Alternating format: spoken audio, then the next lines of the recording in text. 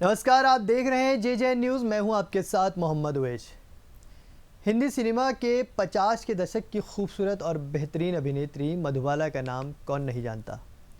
Valentine day को जन्मी मधुबाला जितना अपने काम की वजह से चर्चा में रही, उतनी ही विवादों में भी उनका गहरा नाता रहा।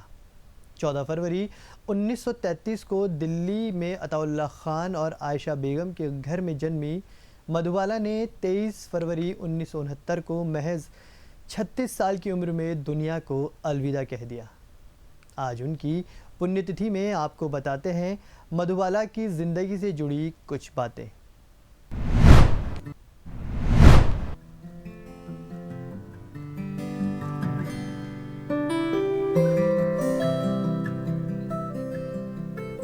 मधुबाला का असली नाम मुमताज़ जहां था। मधुबाला ने अपने बॉलीवुड कैरियर की शुरुआत एक बाल कलाकार के तौर पर 1942 में आई फिल्म बसंत से की थी। 9 साल की उम्र में उन्हें नाम दिया गया बेबी मुमताज़ का। इस दौरान उनकी दोस्ती उस दौर की एक और बाल कलाकार बेबी मेहजबी से हो गई। ये बेबी मेहजबी और कोई नहीं बल्कि मीना कुमारी थी। करोड़ों दिलों पर राज करने वाली मधुबाला के जन्म से ही दिल में छेद था। मधुबाला का शरीर बाहर से जितना खूबसूरत था, अंदर से उनके शरीर में उतनी ही समस्याएं थीं। उनके सिर्फ दिल में ही छेद नहीं था, बल्कि उन्हें फेफड़ों की भी परेशानी थी। इसके अलावा उन्हें एक और गंभीर बीमारी थी, जिसमें उनके शरीर में ज़रूरत से ज़्यादा खून बनने लगता था और ये खून उनके नाक और मुंह से बाहर आता था।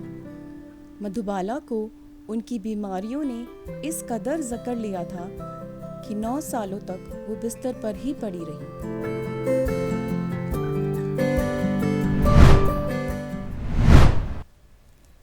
मधुबाला ने बतौर लीड एक्ट्रेस हिंदी फिल्मों में फिल्म नीलकमल से डेब्यू किया।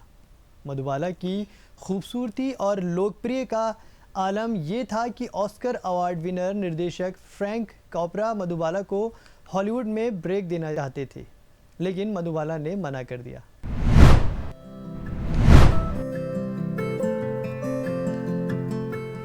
मधुबाला ने 20 साल के अपने फिल्म करियर में 70 से ज़्यादा फिल्मों में काम किया और दर्शकों के दिलों को जीता। लाल दुपट्टा, रेल का डब्बा, अमर, मुगले आजम, हाफ टिकट और काला पानी सहित मधुबाला ने हिंदी सिनेमा की कई शानदार फिल्मों में अभिनय किया। अभिनेता दिलीप कुमार के साथ उनकी प्रेम कहानी जग जाहिर है। फिल्म मुगले आजम में जैसी केमिस्ट्री दिलीप और मधुबाला ने दिखाई, वो महज अभिनय नहीं था, वो इनका इश्क था।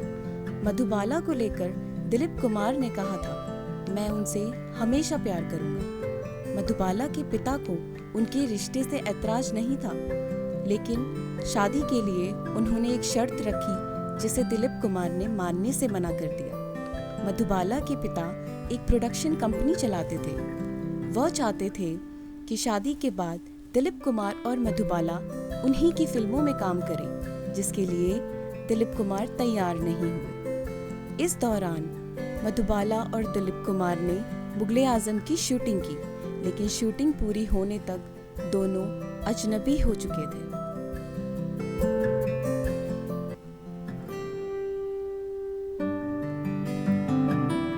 दिलीप कुमार से अलग होने के बाद मधुबाला और किशोर कुमार की नज़दीकियां बढ़ने लगी और दोनों ने शादी कर ली। शादी के बाद किशोर कुमार मधुबाला को इलाज के लिए विदेश भी ले गए, लेकिन तब तक मधुबाला की बीमारी इतनी बढ़ गई थी कि डॉक्टरों ने किशोर कुमार से कह दिया, अब ये 2 साल से ज़्यादा जिंदा नहीं रह पाएंगी।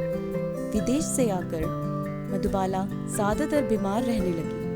बताया जाता है कि ऐसे वक्त में भी पति किशोर कुमार ने उन्हें अपने साथ नहीं रखा और अलग रहने के लिए भेज दिया। किशोर कुमार मधुबाला का हालचाल भी कभी कभी ही लिया करते थे।